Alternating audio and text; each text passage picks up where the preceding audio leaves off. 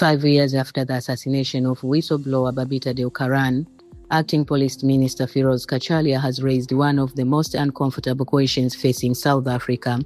Are the people who allegedly ordered her killing still protected by their positions and connections? Deokoran, a senior Gauteng Department of Health official, was gunned down outside her home on 23 August 2021. She had been involved in exposing suspected corruption and irregular spending linked to Tembisa Hospital. Her death shocked the country and became a powerful symbol of the risk faced by whistleblowers who challenge corruption and organized criminal interests. Now, as South Africa marks 5 years since her murder, Cachalia's comments have put the spotlight firmly back on the investigation. The acting minister has suggested that the alleged masterminds behind the killing remain free because they occupy positions of power. That is a serious claim, and it has immediately renewed questions about whether law enforcement agencies are able to investigate politically connected suspects without fear or interference. Several people have already been arrested and convicted for their involvement in the physical execution of Deokoran's murder. But the bigger question remains, who allegedly ordered the assassination, and why have those behind the planning not been brought before a court? Deokoran's work had exposed the suspected wrongdoing involving public money at Tembisa Hospital.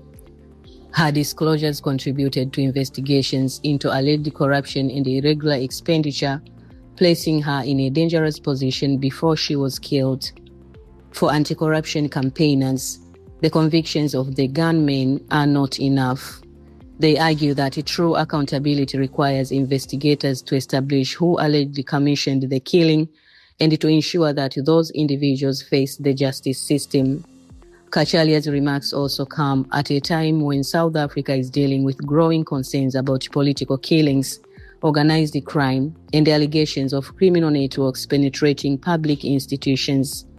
The wider issue is the protection of whistleblowers. If people who expose corruption believe they could lose their lives, it can have a serious impact on the willingness of others to come forward. At this stage, it is important to distinguish between what has been established in court and what remains an allegation. The killers have faced legal consequences, but the identity and the prosecution of any alleged masterminds remain unresolved. So, 5 years after Babita Deokoran's death, attention is once again turning to the unanswered questions surrounding her assassination.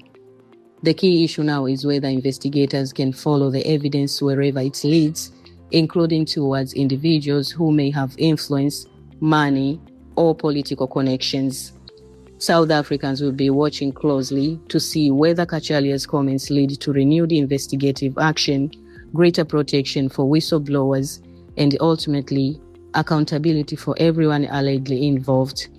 This story is still developing, and we'll continue following the latest updates. What do you think about this issue? Share your thoughts in the comments and subscribe for more news and analysis.